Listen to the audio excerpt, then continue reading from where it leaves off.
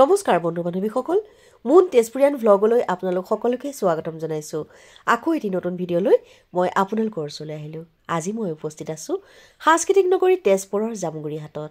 কোন সেইজন ব্যক্তি? তেওঁ কেঁকুৰা নামেৰে জনাজাত। হয়, আহকচোন।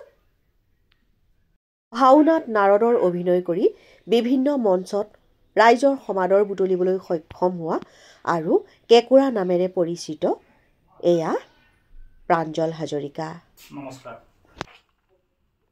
হয় প্ৰাঞ্জল, আপুনি আমাৰ অসমৰ বিভিন্ন মঞ্চত নাৰদৰ অভিনয় কৰি ৰাইজৰ মৰম বুটলিবলৈ সক্ষম হৈছে আৰু সেই ভাওনাত অভিনয় কৰিবৰ কাৰণে আপুনি আনুষ্ঠানিক শিক্ষা কৰবাৰ পৰা গ্ৰহণ কৰিছিলে নেকি? কৃষ্ণ জয় গুৰু শংকৰ। আনুষ্ঠানিক শিক্ষা মানে তেনেকুৱা মোৰ আনুষ্ঠানিক শিক্ষা গ্ৰহণ কৰা হোৱা নাই, যদিও মোৰ শ্ৰদ্ধাৰ গুৰু শংকৰী সংস্কৃতিৰ সাধক শ্ৰীযুত গোপাল কৃষ্ণৰ পৰা পাওক, মোৰ দাদা শ্ৰীযুত মৃণাল কৃষ্ণ হাজৰিকা বাপ আৰু মোৰ বন্ধু সখী শ্ৰী জিতুমণি বৰা বাপ, এওঁ তিনিজনৰ পৰাই মই যথেষ্টখিনি শিকিছিলোঁ আৰু শিকি তেনেকৈ ভাওনা ক্ষেত্ৰত আগবাঢ়ি গ'লোঁ। আৰু এতিয়া আপোনাৰ ৰাইজৰ সমাদৰ মৰম সেয়া আনুষ্ঠানিকভাৱে তেনেকেই শিকা আৰু বেলেগ অন্য তেনেকৈ শিকা একো হোৱা নাই। প্ৰাঞ্জল, আপুনি কিমান সৰুৰে পৰা এই অভিনয় যাত্ৰা আৰম্ভ কৰিছে অকণমান জনাওক। হয়, মোৰ প্ৰায় 8 বছৰ বা 10 বছৰ বয়সৰ পৰা মই আমাৰ গাঁৱৰ যিভাগ আমাৰ হৰি নামঘৰ আছে তাতে মই ভাও দিছিলোঁ। তাৰপিছত সেই তাত প্ৰথম যেতিয়া ভাও দিছিলোঁ তেতিয়া মই এখন আমাৰ অংকীয়া নাট শ্ৰী শংকৰদেৱ গুৰুজনাৰ পাৰিজাত হৰণ নাট ভাগৰ আপোনাৰ যিজন আমাৰ বিশ্বামিত্ৰ থাকে সেই বিশ্বামিত্ৰৰ শিষ্য আৰু এজন থাকে, সেইজন মোৰ দেউতা আছিল বিশ্বামিত্ৰ আৰু শিষ্য হৈছিলোঁ মই। তেনেকৈ মোৰ ভাওনা আৰম্ভ হ'ল। আপুনি নাৰদৰ অভিনয়ত সকলো ৰাইজৰ মন মুহিবলৈ সক্ষম হৈছে। নাৰদৰ এফাকি সংলাপ আমাৰ ৰাইজক শুনাওক। ঠিক আছে কৃষ্ণ। মই যেতিয়া প্ৰৱেশ কৰোঁতে আৰম্ভণিতে যিখন গীত গাওঁ সেইখন আপোনাক গাই শুনাইছোঁ। হে কৃষ্ণ চৰণ চিন্তি হে বেক হৃদয়ত এ আচন্ত ঈশ্বৰহৰি সমস্ত ভূতত এৰা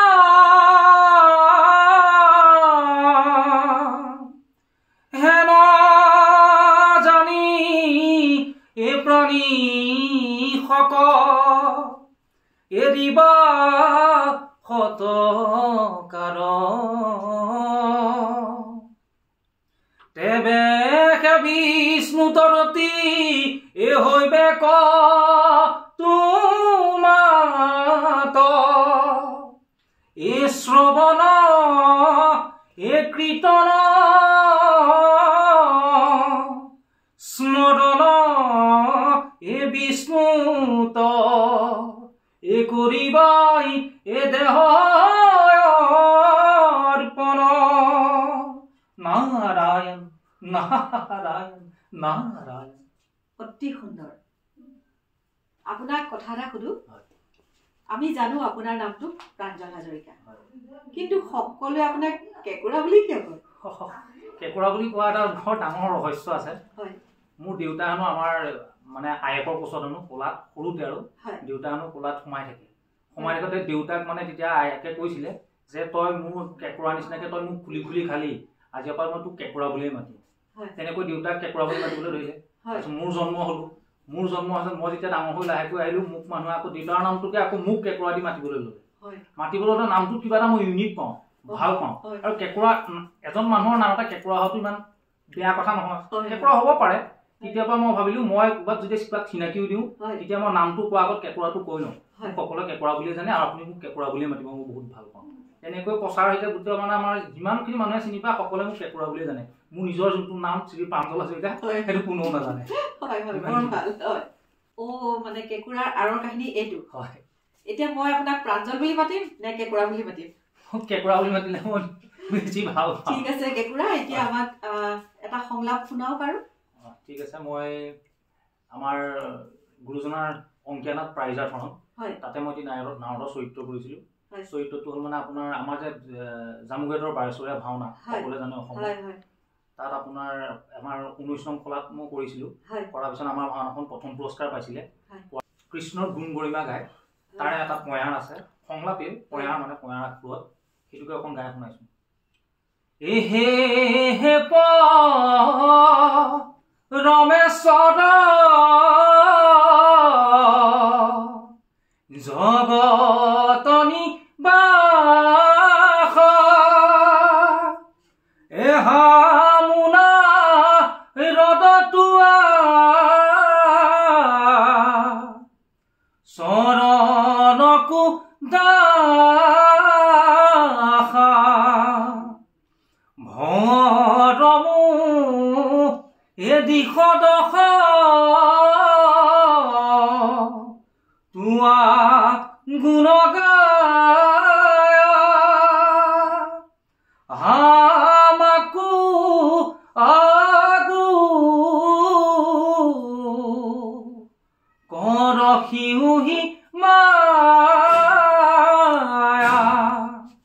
ইমানখিনি গাইছো হয় এতিয়া আপুনি ইমান ধুনীয়াকে আমাৰ নাৰদৰ বচন গাইছে যদি আপোনাৰ অকণমান অভিনয় আমি নাচাওঁ এই সময়খিনি আজি আধৰুৱা হৈ নৰবনে হয় হয় নিশ্চয় আপোনাৰ আমাৰ মৎস্য অৱতাৰ নাট ভাগৰ হয় ব্ৰহ্মা আৰু নাৰদৰ এটি চিন আছে সেই চিনৰে প্ৰথম ফাকি বচন অকণমান গাই শুনাই দিছো শুনি সুখ পিতৃদেৱ মুহুৰ বচন তোমাৰ অভিশাপ কৰো গহন পিতৃ সামান্য দুখক লাগি দিলা পৰমহাপ সেই পুত্ৰই পিতৃক দিভু অভিশাপ ধন্যবাদ বৰ ধুনীয়া বৰ সুন্দৰ আপোনাৰ কণ্ঠ বৰ শুৱনি আপুনি ভাওনাৰ এই গীত ফাঁকি গোৱাৰ উপৰিও আমাৰ বিহু আহি আছে বিহুৰ মঞ্চত আপুনি গীত পৰিৱেশন কৰে নেকি হয় আপুনি বৰ ডাঙৰ প্ৰশ্নই কৰিলে মোক যোৱাবেলি মোৰ দাদা শ্ৰী জয়নুৰাগ বৰদলৈ তেখেতৰ বিহু মঞ্চত গীত পৰিৱেশন কৰা সকলোৱে জানে তেখেতৰ লগত মই দুখনমান মঞ্চলৈ গৈছিলোঁ যাওঁতে তেখেতে মোক কৈছিলে তই দুটামান গা তেতিয়া তেনেকৈ মই দুখনমান ফাংচনত তেখেতৰ লগত বিহু মঞ্চত বিহু পৰিৱেশন কৰিছিলোঁ ইমানখিনি আৰু বাকী তেনেকৈ আৰু বেলেগকৈ কৰা হোৱা নাই আপুনি এতিয়া জীৱনত কিদৰে আগবাঢ়িব বিচাৰিছে বা কেনেদৰে আগবাঢ়ি আছে আৰু ভৱিষ্যত পৰিকল্পনা কি ভৱিষ্যত পৰিকল্পনা বুলি ক'বলৈ গ'লে মোৰতো মানে যদিও মই কণ্ঠটো মোৰ ভাল মোৰ গীত গোৱাত ইমান এটা ইচ্ছা নাই মানে কিন্তু মোৰ অভিনয় ক্ষেত্ৰত মোৰ বহুত মন আছে যে এজন মই ভাল অভিনেতা হোৱাৰ তেনেকৈ যদি সুযোগ সুবিধা কেনেবাকৈ কিবা পাওঁ তেতিয়ালৈ নিশ্চয় এজন অভিনেতা হোৱাৰে মোৰ সপোন আছে তাতকৈ মোৰ ডাঙৰ সপোন একো নাই বছ ইমানখিনি আৰু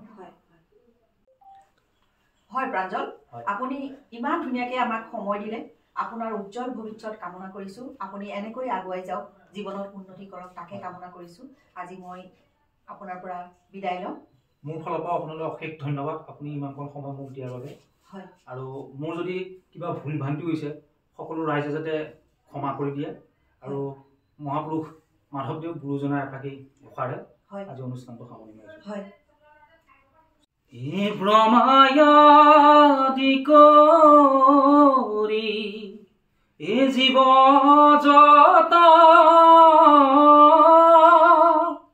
এ ৰাম ৰাম ৰাম এ ৰাম ৰাম এ মায়াৰ সৰ্যা মাজে আশ্ৰয় ঘুমতি যাই তুমি সেই চৈতন্য সনাতন এ ৰাম ৰাম ৰাম এ ৰাম ৰাম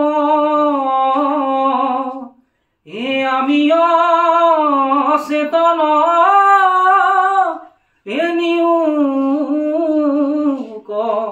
নাথ গাই এ রাম এ আমি অচেতন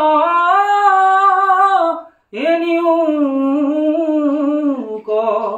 নাথ গাই কৃষ্ণ হয় বন্ধু বান্ধৱীসকল মুন তেজপুৰীয়ান ব্লগ চেনেলটি আপোনালোকে like comment share and subscribe কৰিব সকলোৱে কৰিব দেই আকৌ লগ পোৱাৰ প্ৰতিশ্ৰুতিৰে আজিলৈ ধন্যবাদ জয় আই অসম